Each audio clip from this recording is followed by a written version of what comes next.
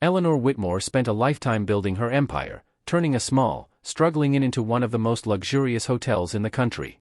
But when she walks into her own establishment one fateful night, dressed simply and without fanfare, the front desk staff fail to recognize her. Worse, they refuse to give her a room, judging her by her skin and age instead of her legacy. Big mistake. What happens next is a masterclass in power, justice, and redemption. Eleanor doesn't just get revenge, she teaches the world a lesson it will never forget. Stay tuned for this powerful, suspenseful story filled with twists, action, and an unforgettable moral lesson. Loudspeaker, hit that like button, share this story, and let's make sure the world hears it. The sky over Manhattan was a deep shade of navy blue, speckled with twinkling city lights reflecting off the towering glass structures. Eleanor Whitmore stepped out of her sleek black town car, her cane tapping against the concrete sidewalk as she adjusted the lapel of her tailored cream-colored coat. At 74, she carried herself with the grace and confidence of a woman who had built an empire from the ground up. Her silver-streaked curls framed her high cheekbones, and her dark brown eyes, sharp as ever, surveyed the entrance of the Whitmore Grand Hotel, the crown jewel of her hospitality empire. She had owned this hotel for over 3 decades.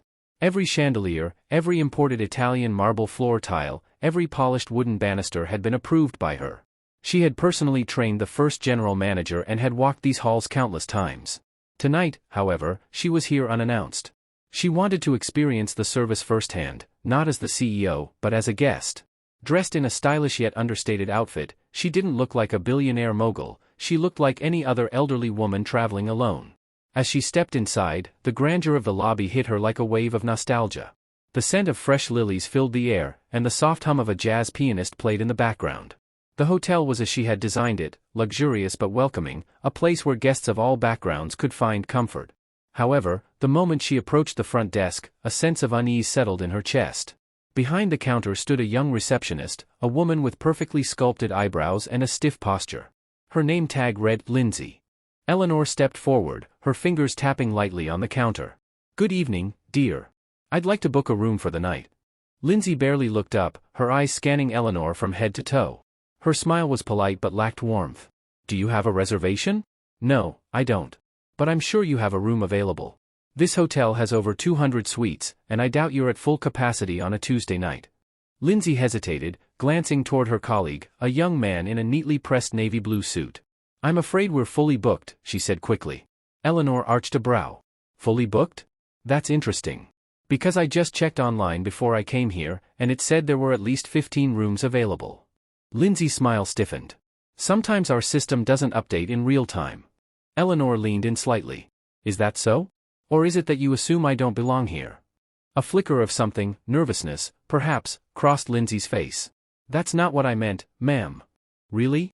Because I see several guests checking in without issue. All of them younger. All of them white." Eleanor's voice remained calm, but there was steel beneath her words. The young man beside Lindsay cleared his throat. "Perhaps you'd be more comfortable at one of our sister properties across town." Eleanor inhaled slowly. She had spent her entire life proving people like this wrong. Fighting against the bias that told her she wasn't good enough, smart enough, or deserving enough to sit at the same table as the so-called elite. And yet, here she was, being turned away at the very hotel she had built with her own blood, sweat, and determination. She let a small smile cross her lips. "What's your name, young man?" "Trevor," he answered hesitantly. "Well, Trevor, let me give you a little history lesson. This hotel was founded by a black woman who came from nothing. A woman who faced rejection, just like this, and decided she would build something no one could take from her. And do you know who that woman is?" Trevor swallowed. Me," Eleanor finished, her voice firm but composed. "I am Eleanor Whitmore, owner and CEO of Whitmore Hotels." Silence stretched across the lobby. Lindsay's face drained of color, and Trevor looked as if he wanted to disappear. A nearby guest, who had been checking in, turned to glance at Eleanor with wide eyes. "MMS Whitmore," Lindsay stammered, her entire demeanor shifting. I didn't realize. That I was important? That I was the person signing your paychecks? That I'm the reason this hotel exists at all?" Eleanor's gaze was unwavering. "Or was it that you just assumed someone who looks like me doesn't belong in a place like this?" Lindsay opened her mouth to respond, but no words came out. Just then, the hotel manager, a middle-aged man named Charles, rushed out from the back office, his face flushed with worry. "Ms. Whitmore. I had no idea you were coming. Is there an issue?" Eleanor turned her gaze toward him. "Yes, Charles, there is. Your staff just refused to give me a room in my own hotel. I wonder how many other guests have been treated like this when they weren't supposed to be noticed. Charles turned pale. I assure you, ma'am, this is a misunderstanding. No. It's not. It's a culture problem. One that starts from the top. Eleanor's voice remained steady, but there was an undeniable fire in her eyes. And I intend to fix it. Lindsay and Trevor looked like they wanted to sink into the floor, but Eleanor wasn't finished yet. She reached into her purse, pulled out her phone, and tapped the screen. I want a full audit of hiring practices, training materials, and customer service reports from the past 2 years. Effective immediately, I will personally oversee changes to ensure this does not happen again. Charles nodded quickly, his forehead damp with sweat. Of course, Ms. Whitmore. Eleanor's lips curled into a knowing smile. Good. Now, book me the best suite in this hotel. And make sure Lindsay and Trevor get a proper lesson on hospitality. I'll be watching. As the reality of the situation sank in, Lindsay's expression wavered between embarrassment and regret. Trevor's face was unreadable, but his shoulders slumped as he processed what had just happened. The lesson was clear. Eleanor Whitmore was not a woman to be dismissed. And tonight, she had made sure they would never forget it. The silence in the lobby stretched, thick and uncomfortable. Guests who had witnessed the exchange whispered amongst themselves, while Lindsay and Trevor stood frozen, their expressions a mixture of shame and panic. Eleanor, however, remained composed. She had spent decades fighting battles far more challenging than this. If there was one thing she had learned, it was that real power wasn't just in wealth, it was in commanding respect. Charles, the hotel manager, fumbled with the reservation system. His hands trembled slightly as he clicked through the computer, his nervous energy almost tangible. Ms. Whitmore, I'll have the presidential suite prepared for you right away, he said hastily. Eleanor didn't even glance at him. Instead, she let her gaze settle on Lindsay, who had suddenly lost the condescending smirk she had worn earlier. Tell me, Lindsay, Eleanor began, her voice calm but firm. What exactly made you decide I didn't deserve a room here tonight? Lindsay swallowed hard. I didn't mean to offend you, Ms. Whitmore, she stammered. Offense is one thing, Eleanor said. But what you did was deny me service. And if you're willing to do that to me, someone who actually owns this place, I can only imagine how you treat guests who don't have my status. Trevor finally spoke, his voice barely above a whisper. It was a mistake. We didn't know. You didn't know who I was, so you assumed I was someone who could be ignored, Eleanor interrupted. That tells me everything I need to know about your judgment. Charles cleared his throat, stepping forward as if to defuse the situation. Ms. Whitmore, I assure you, I will personally see to it that this never happens again. I'll arrange for additional training for the staff. Eleanor held up a hand, silencing him. Training alone won't fix this, she said. This is deeper than training. It's about the culture of this hotel. And let me tell you, Charles, I do not run businesses that tolerate discrimination, whether it's conscious or unconscious. Charles nodded quickly. I understand, Ms. Whitmore. Eleanor turned to Lindsay. Do you know what I did before I became the CEO of this company?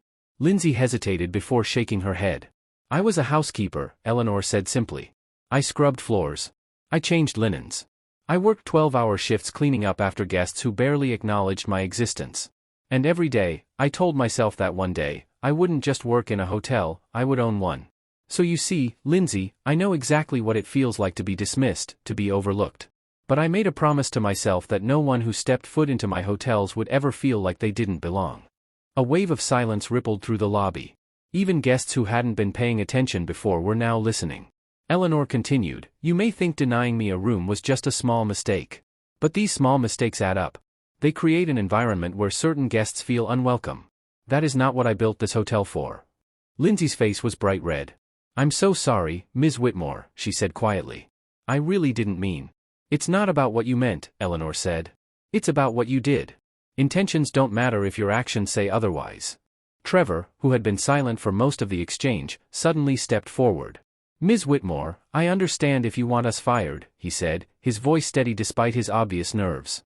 But I'd like to ask for a second chance. I see now that what we did was wrong, and I don't want this to be the kind of employee I am.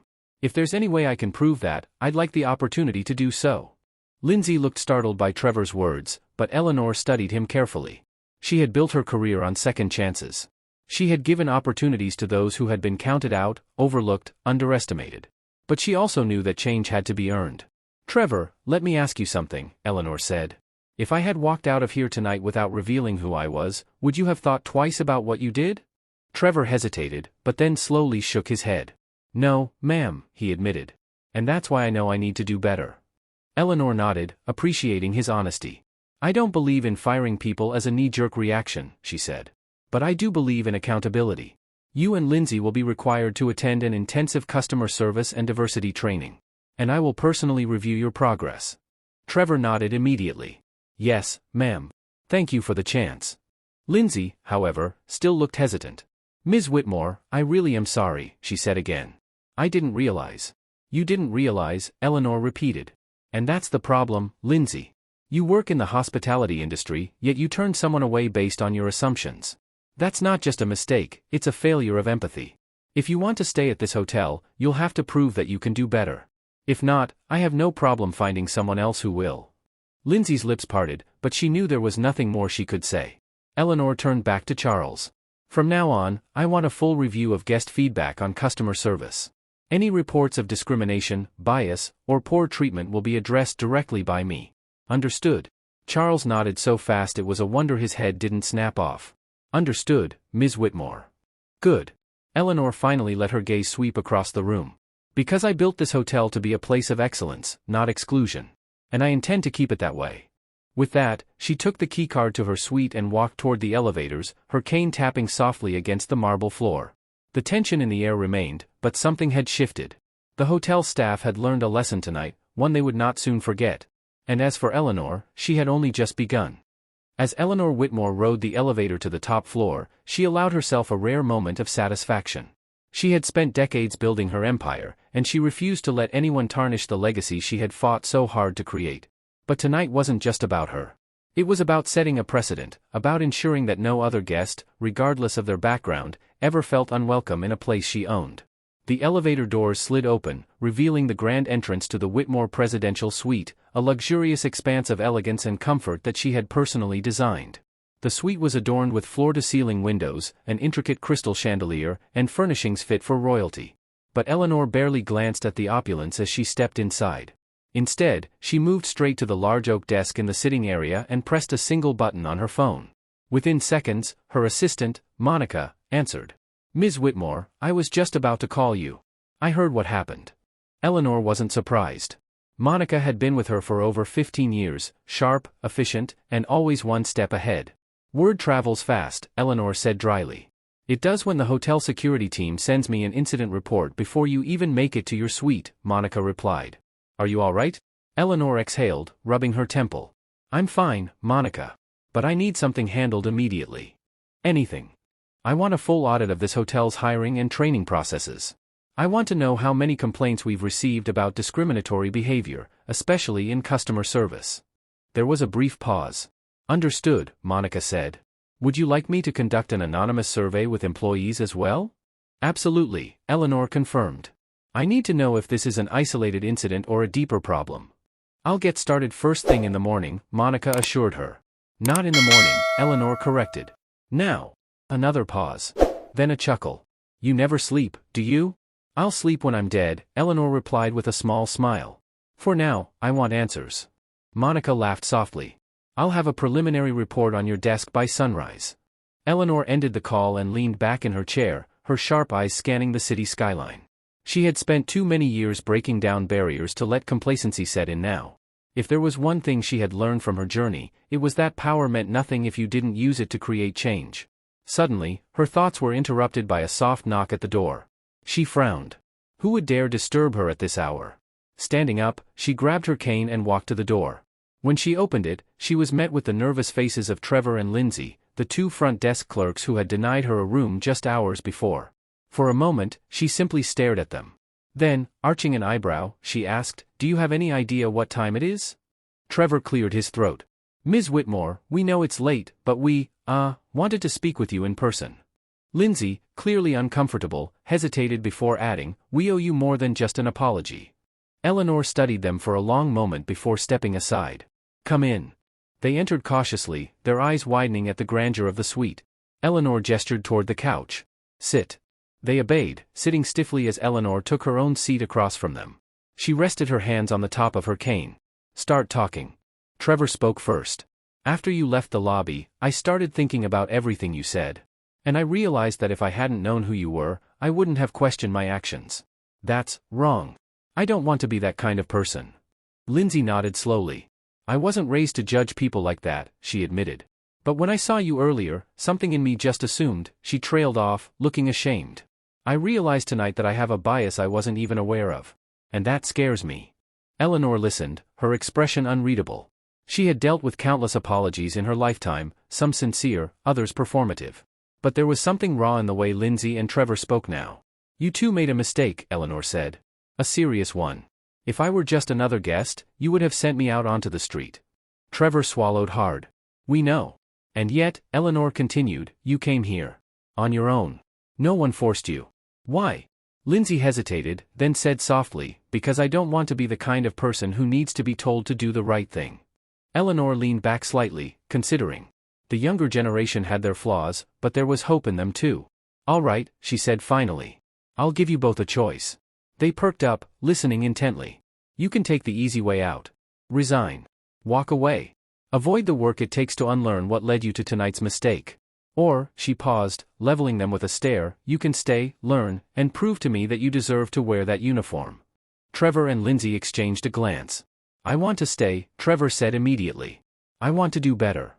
Lindsay took a breath before nodding. Me too. Eleanor's sharp gaze didn't soften. Then you'll be trained under my direct supervision, she said. For the next month, you'll shadow every position in this hotel, from housekeeping to security.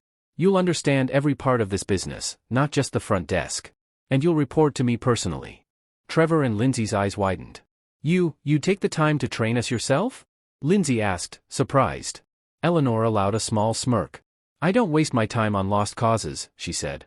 If I thought you were beyond saving, I wouldn't bother. Trevor nodded, looking determined. We won't let you down. Eleanor didn't respond immediately. Instead, she stood and walked to the window, looking out over the city she had helped shape. You know, she said after a moment, when I first started in this industry, there were people who told me I'd never make it. That a black woman could never run a luxury hotel chain. But I proved them wrong. Not by demanding their respect, but by earning it. She turned back to face them. You want to make this right? She asked. Then prove it. Not to me. Not even to our guests. Prove it to yourselves. Trevor and Lindsay stood, understanding the gravity of what she was offering them. We will, Trevor said firmly. Lindsay nodded. Thank you, Ms. Whitmore. We won't waste this chance. Eleanor gestured to the door. Go home. You have an early morning ahead of you. As they left, Eleanor sat back down, her mind already turning. Tonight had been a test, not just for them, but for the integrity of her entire business. And she was far from done ensuring that the lesson was learned. Because this was her empire. And she would not tolerate anything less than excellence. Eleanor Whitmore was a woman of her word. The next morning, before the sun had fully risen over the city, she was already in the hotel's conference room, seated at the head of the long glass table. Across from her sat Monica, who had spent the entire night compiling data. Next to Monica was the hotel's general manager, Jonathan Hayes, a middle-aged man who had worked under Eleanor for nearly a decade. His usual confidence was gone, replaced by something closer to dread. Trevor and Lindsay sat at the far end of the table, noticeably nervous. They had agreed to Eleanor's challenge, but neither had expected things to move this fast. Eleanor tapped a manicured nail against the table. Let's get to it, she said, nodding at Monica. Monica pushed a thick file forward. The audit uncovered several issues, she began. While this hotel has an outstanding reputation on paper, we found multiple instances where guests of color, particularly black guests, were treated differently than their white counterparts. Jonathan shifted uncomfortably. Ms. Whitmore, I assure you that. Eleanor raised a hand, silencing him. Continue, Monica. The data shows that black guests were more likely to be asked for additional identification, have their payment methods scrutinized, and, on rare occasions, were outright denied service under the excuse of policy enforcement, Monica continued. There were also reports from staff who felt that management overlooked certain complaints, especially when the complaints came from black employees. Eleanor's expression darkened. Jonathan, she said, her voice like steel, explain. Jonathan cleared his throat. Ms. Whitmore, I had no idea this was happening. If I had known. But you didn't know, Eleanor cut in coldly. And that is precisely the problem. The room fell silent. Eleanor let the weight of her words settle before speaking again. I have spent my entire life building this empire, Jonathan. I did not do it to see my own people treated as second-class citizens under my roof. Jonathan swallowed hard. I understand. And I'll do whatever it takes to fix this. Eleanor stared at him for a long moment. Then, finally, she said, good. Because you're going to prove it. Jonathan blinked. Excuse me? You're going to experience this hotel the way our guests do, Eleanor said. For the next 48 hours, you will be treated exactly the way a black guest might be treated here. You will not use your title, your name, or your connections. You will be just another customer. Jonathan's eyes widened. That's non-negotiable, Eleanor interrupted. If you truly didn't know what was happening, this is your chance to see it firsthand. Jonathan hesitated, but then, seeing the resolve in Eleanor's eyes, he nodded. Understood. Eleanor nodded, satisfied. Then she turned to Trevor and Lindsay. You two, she said, will begin your training today. From now on, you are not front desk clerks, you are students of this business. You will work in every department, starting with housekeeping. Trevor and Lindsay nodded quickly. Dismissed, Eleanor said. As the room emptied, Monica lingered. You didn't fire Jonathan, she noted. Eleanor sighed. Not yet. I want to see if he can learn. Monica smirked. You're really putting him through it, aren't you? Eleanor smiled faintly. You know me, Monica. I don't believe in words. I believe in action. Later that day, Jonathan checked into the hotel under a fake name, dressed in casual clothes rather than his usual suit. He immediately noticed the difference in treatment. At check-in, the front desk clerk, a young man named Ethan, barely made eye contact with him. I need to see your ID, Ethan said, his tone indifferent. Jonathan handed it over. Ethan scrutinized it for far too long. Do you have a credit card on file? Jonathan frowned. Yes, I entered it when I booked online. I need to see it again, Ethan said. Jonathan handed over the card, watching as Ethan compared the names like he was searching for a discrepancy. After a moment, Ethan sighed. All right. Your room is on the 5th floor. He slid Jonathan's key card across the counter without another word. Jonathan hesitated. Aren't you supposed to tell me about the hotel's amenities? Ethan shrugged. It's all in the pamphlet. Jonathan clenched his jaw.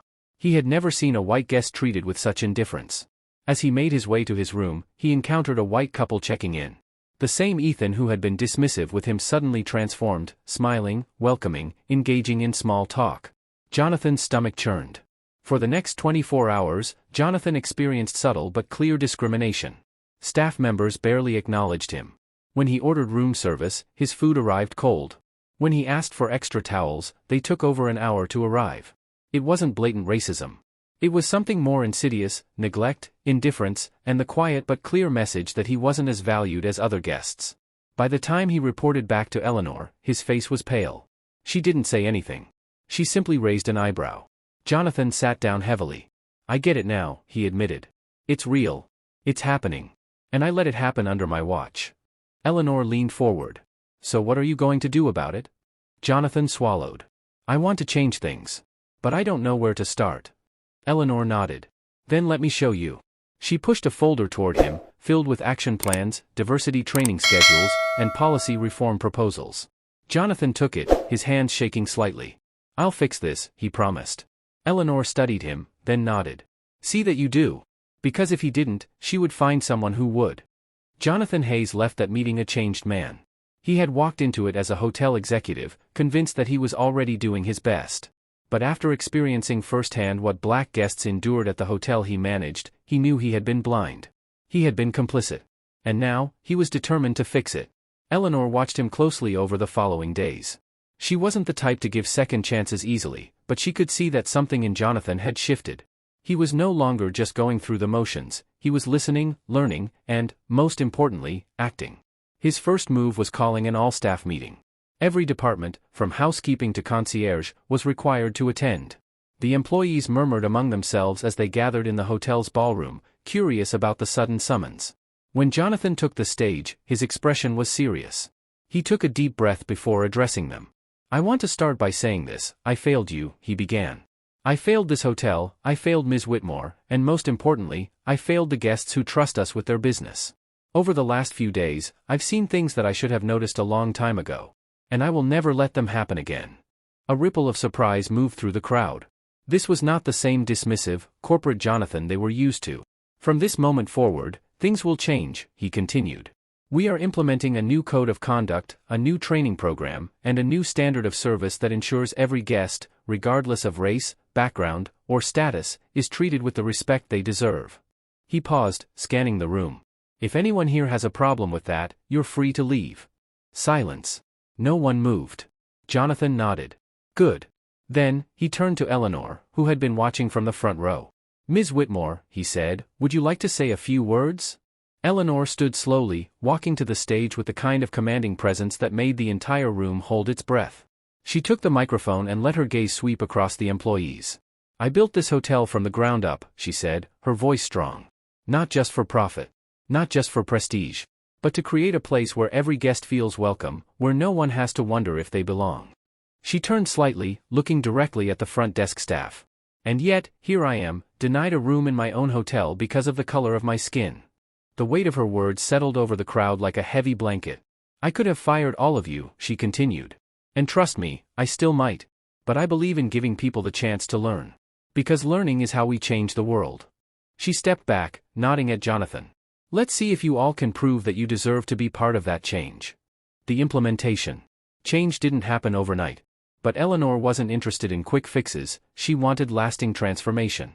Jonathan began working side by side with his employees, making sure the new training programs weren't just empty policies but real, actionable steps. Staff underwent bias training, learning how subconscious prejudices could affect their treatment of guests. Monica helped roll out mystery guest audits, where undercover visitors, of different races and backgrounds, secretly evaluated their experiences and reported back.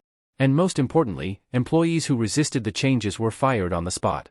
One such moment came when Ethan, the front desk clerk who had treated Jonathan poorly, was caught rolling his eyes during a diversity training session. Eleanor spotted him immediately. Something funny, Ethan? She asked. He hesitated. I don't see why we have to make everything about race. Eleanor stepped forward, crossing her arms. Oh? Tell me, Ethan, why do you think it was so easy for you to treat me like I was beneath you? Ethan's face flushed. I didn't mean. You did, Eleanor cut in. And that's the problem. She looked at Jonathan. Fire him. Ethan's mouth fell open. Wait, what? You heard her, Jonathan said, his voice firm. You're done here. Ethan stammered, looking around the room for support. But no one spoke up for him. Security escorted him out within minutes. Eleanor turned to the remaining employees. Let this be a lesson to the rest of you. If you can't respect the people who keep this business alive, you do not belong here. The message was clear, the old ways were over. A test of progress. 3 weeks after the reforms began, Eleanor decided to put her staff to the test. She disguised herself again, not as the elderly woman from before, but this time as a wealthy black businesswoman traveling with a white assistant. When she arrived at the front desk, a new clerk, Ava, greeted her with a genuine smile. Welcome to Whitmore Grand Hotel, Ava said warmly. How can I assist you today? Eleanor raised an eyebrow. I don't have a reservation. Will that be a problem? Not at all, Ava replied, already typing. We have several suites available. Would you prefer a city view or a garden view? Eleanor exchanged a glance with her assistant, impressed. Garden view, please. Ava nodded and processed the check-in smoothly. At no point did she hesitate, ask for excessive verification, or treat Eleanor any differently than she would any other high-profile guest. When the transaction was complete, Ava handed over the key card with a bright smile. Welcome to the Whitmore Grand, Ms. Whitmore. I hope you enjoy your stay. Eleanor froze. You knew who I was? Ava's smile widened. Yes, ma'am. But I would have treated you the same even if I didn't. A slow, proud smile spread across Eleanor's face. Maybe, just maybe, this hotel was finally becoming what she had always dreamed it would be. Eleanor sat in her penthouse suite, looking out over the city skyline. It had been weeks since the major shakeup at Whitmore Grand, and she had to admit, progress was happening. But she knew true change wasn't about policies on paper, it was about how people acted when they thought no one was watching. She needed to test them in a way they couldn't prepare for. So, she devised a plan. Late that evening, Eleanor called her most trusted friend, Patrice Carter, a retired civil rights lawyer. Patrice, I need you for something, Eleanor said, explaining her idea. Patrice laughed. You're really putting them through the fire, huh? They need to know that this isn't just about impressing me. It's about doing the right thing, every single time. Patrice agreed. The next day, she arrived at the hotel in disguise, dressed in simple, modest clothing, her hair tied back, carrying a worn-out suitcase. To anyone who didn't know her, she looked like an older black woman who was down on her luck. She walked into the grand lobby, where guests in designer suits and silk dresses moved about. As she approached the front desk, she could already feel eyes on her. This was the moment of truth. Would they fail again? The front desk clerk that evening was Rachel, a woman who had worked at the hotel for nearly a decade. Before the reforms, she had been known for treating wealthy white guests with charm and grace, while often ignoring or dismissing black guests who didn't appear affluent. Eleanor, watching from a hidden corner, held her breath as Patrice stepped forward. "Excuse me, miss," Patrice said politely. "I'd like to book a room for the night." Rachel glanced up from her computer, giving Patrice a quick once-over. Her expression remained unreadable. For a moment, Eleanor feared nothing had changed. Then, to her relief, Rachel's demeanor shifted. Her posture straightened. Her smile became warm, welcoming. "Of course, ma'am," Rachel said, her tone respectful. "We'd be happy to accommodate you. Do you have a room preference?" Patrice played her role well. She hesitated. "Well, I don't have much money, but I just need a clean place to sleep for the night." Rachel didn't flinch. "I understand," she said kindly.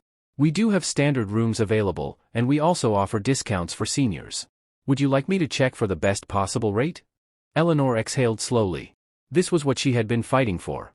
Patrice nodded. "That would be wonderful, thank you." Rachel completed the booking without hesitation, without judgment, without a single sign of bias. She had learned. The real villains show their faces. Just as Patrice was about to take her room key, a well-dressed white couple entered the lobby. They were regulars, Charles and Diane Holloway, wealthy businesspeople known for their snobby, entitled attitudes. They approached the front desk at the same time, catching sight of Patrice. Diane wrinkled her nose. "Are you seriously giving a room to her?" she scoffed. Rachel stiffened. "Mrs. Holloway, we welcome all guests at Whitmore Grand." Charles scoffed. "Well, I don't feel comfortable staying in a hotel that lets just anyone in." Eleanor's hands curled into fists. Patrice turned to them, keeping her cool. "I'm sorry, do I offend you?" Diane sneered. "You look like you should be in a shelter, not a luxury hotel." Eleanor had heard enough. Eleanor steps in, and shuts them down. Before Rachel could respond, Eleanor strode out from the shadows, her presence commanding the entire room. "Mr. and Mrs. Holloway," she said, her voice cold as ice. "I believe you have a problem with my hotel?" The Holloways turned, their expressions shifting from arrogance to pure shock. "MMS, Whitmore." Charles stammered. Diane's face paled. "We didn't mean." Eleanor held up a hand, silencing them. "You didn't mean to show your true colors?" she asked. "You didn't mean to suggest that a guest, a paying guest, doesn't belong here just because she doesn't fit your standards?" She stepped closer. "I built this hotel to be a place where everyone is treated with dignity. But I see now that the real problem isn't my staff. It's guests like you." Rachel remained silent, watching Eleanor take full control. Eleanor turned to her. "Rachel, cancel their reservation." Diane gasped. "You can't do that." "Oh, I can," Eleanor said smoothly. "And I just did." Rachel, now emboldened, nodded and tapped a few keys on the computer. "Your reservation has been cancelled. You are no longer welcome at Whitmore Grand." Charles's face turned red with anger. "This is outrageous. We've been staying here for years." Eleanor's eyes narrowed. "And in those years, you've clearly forgotten something. I own this hotel." Security approached as if on cue. "Is there a problem here, Ms. Whitmore?" one of the guards asked. Eleanor smiled coolly. "Not anymore. Please escort Mr. and Mrs. Holloway off the premises." The Holloways sputtered in protest, but security was already leading them toward the exit. As they disappeared into the night, the entire lobby broke into applause. A new era. Patrice turned to Eleanor, a proud smile on her face. Now that was satisfying.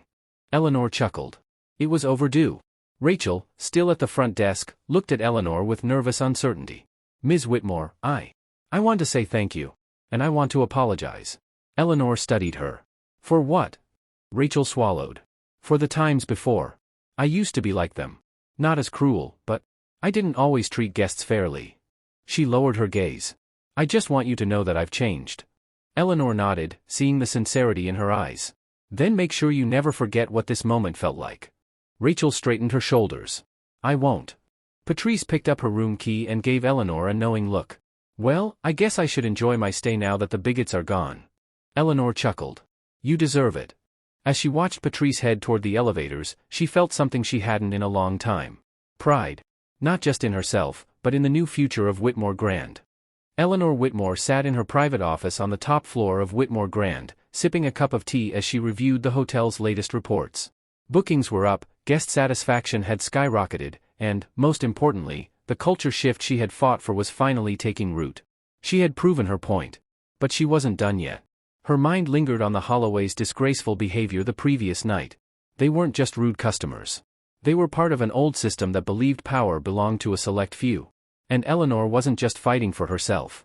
She was fighting for every black business owner who had ever been disrespected in their own establishment.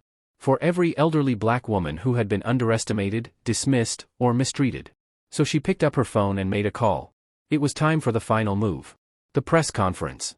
The next morning, the Whitmore Grand Ballroom was packed.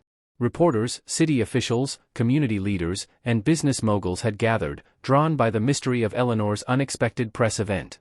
Eleanor took the stage in a sleek black pantsuit, exuding power and wisdom. Cameras flashed as she stepped up to the microphone. "Thank you all for being here," she began. Her voice was calm, but the fire in her eyes told another story. "I built Whitmore Grand to be more than just a luxury hotel. I built it as a place of dignity.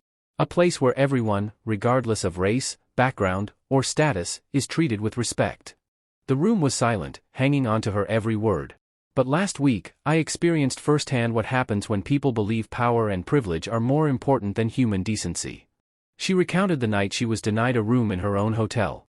She told the world how her staff had judged her not by her accomplishments, but by her skin and her age. Gasps rippled through the crowd. The story had already gone viral, but hearing it from Eleanor herself gave it new weight. And then, she dropped the bombshell. "As of today," she announced, "I am implementing a zero-tolerance policy for discrimination in this hotel. Anyone, guest or staff, who is found treating people unfairly will face immediate consequences." She paused, letting the weight of her words settle. If that means losing certain customers, so be it. The aftermath. The event made national headlines. News stations debated the implications, and social media exploded. Some praised Eleanor's bold stand, while others, including old money elites like the Holloways, called her actions divisive. But Eleanor didn't care. Because what happened next proved she was on the right side of history. Within days, the Whitmore Grand became the top choice for celebrities, activists, and high-profile black entrepreneurs looking for a place that actually lived up to its values. Major corporations publicly praised Eleanor's stance. More hotels across the country re-evaluated their own policies, fearing backlash if they failed to follow her lead. And the final, most satisfying twist? The Holloway's businesses took a hit. After their names were linked to racist behavior at Whitmore Grand, they lost several major clients. Their reputation crumbled under public scrutiny. They tried to do damage control, but the world had already seen them for what they were. They would regret that night for the rest of their lives. Legacy secured. One evening, Eleanor walked through the hotel lobby, watching as guests from all backgrounds mingled freely. Rachel, the desk clerk who had once been part of the problem, now greeted every guest with genuine warmth. Security nodded respectfully as Eleanor passed, fully aware that this was her empire, one that no one would ever take from her again. As she stepped outside onto the grand entrance steps, she saw a young black girl staring up at the hotel in awe. The girl's mother noticed Eleanor and whispered to her daughter, "That's Ms. Whitmore. She owns this place." The little girl's eyes widened. She turned to Eleanor, smiling shyly. "I want to own a big hotel one day, too." Eleanor crouched down to meet the girl's gaze. "Then make sure you never let anyone tell you that you don't belong." The girl beamed. And in that moment, Eleanor knew, her victory wasn't just for her. It was for every black woman who came after her. For every little girl who needed to see what power looked like when it was rightfully claimed. She had won. Not just the battle, but the future. I hope you enjoyed this story. If you haven't subscribed till now, please do. Click the subscribe button, like, comment, and share to friends for more.